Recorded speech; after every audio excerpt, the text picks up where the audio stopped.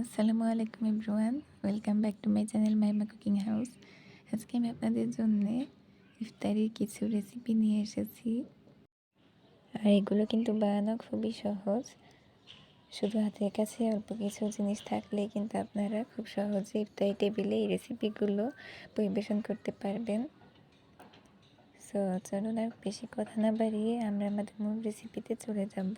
কিন্তু তার আগে যারা এখনও আমার চ্যানেলটি সাবস্ক্রাইব করেননি কিন্তু আমার ভিডিওটি দেখছেন, তারা অবশ্যই আমার চ্যানেলটি সাবস্ক্রাইব করে দেবেন এবং পাশে থাকা বেল আইকনটি বাজিয়ে দিবেন। সো চলুন আমরা এবার আমাদের মূল রেসিপিতে চলে যাচ্ছি। সো ফার্স্টে আমি ডিম সেদ্ধ করে নিয়েছি দুটো। এটা আমি এখন ঠিক এভাবে করে কেটে নিচ্ছি।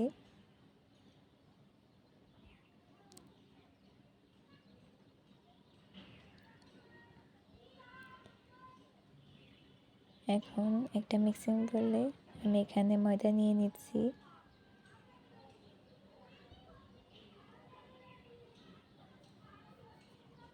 এখানে আমি ময়দা 2 কাপের মতো নিয়ে নিয়েছি আর সামান্য লবণ দিয়েছি আর কালো জিরা দিয়ে দিয়েছি এখানে সামান্য পরিমাণ, এবং এর সাথে আমি এখানে তেল দিয়ে দিয়েছি। এবার ভালো করে ইনগ্রিডিয়েন্টসগুলোকে হাত দিয়ে মিশিয়েছি।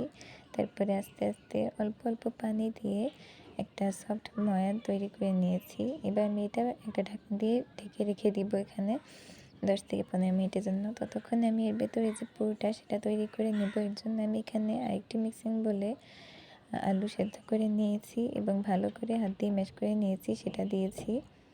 এরপরে যে ডিমটা আমি কেটে রেখেছিলাম ডিম সেদ্ধ সেটা দিয়ে দিলাম। তারপর এখানে ধনেপাতা কুচি দিয়ে দিয়েছি, ভাজা জিরা গুঁড়ো দিয়ে দিয়েছি, আর এখানে লবণ দিয়ে দিয়েছি স্বাদ মতো, লাল মরিচের গুঁড়ো দিয়েছি এখানে 1/2 চামচ পরিমাণ, আর কাঁচামরিচ কুচি দিয়েছি, পেঁয়াজ কুচি আর গরম মশলার গুঁড়ো দিয়ে ভালোভাবে এই পুরটা হাত দিয়ে মাখিয়ে নিতে হবে।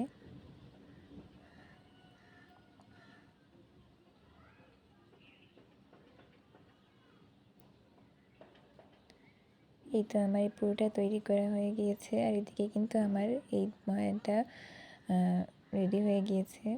এবার আমি এটা থেকে মিডিয়াম শেপ করে লেচি কেটে নিচ্ছি, তারপরে একটা এভাবে করে বেলে নিচ্ছি। একটু লম্বা আকৃতি করে বেলে নিতে হবে।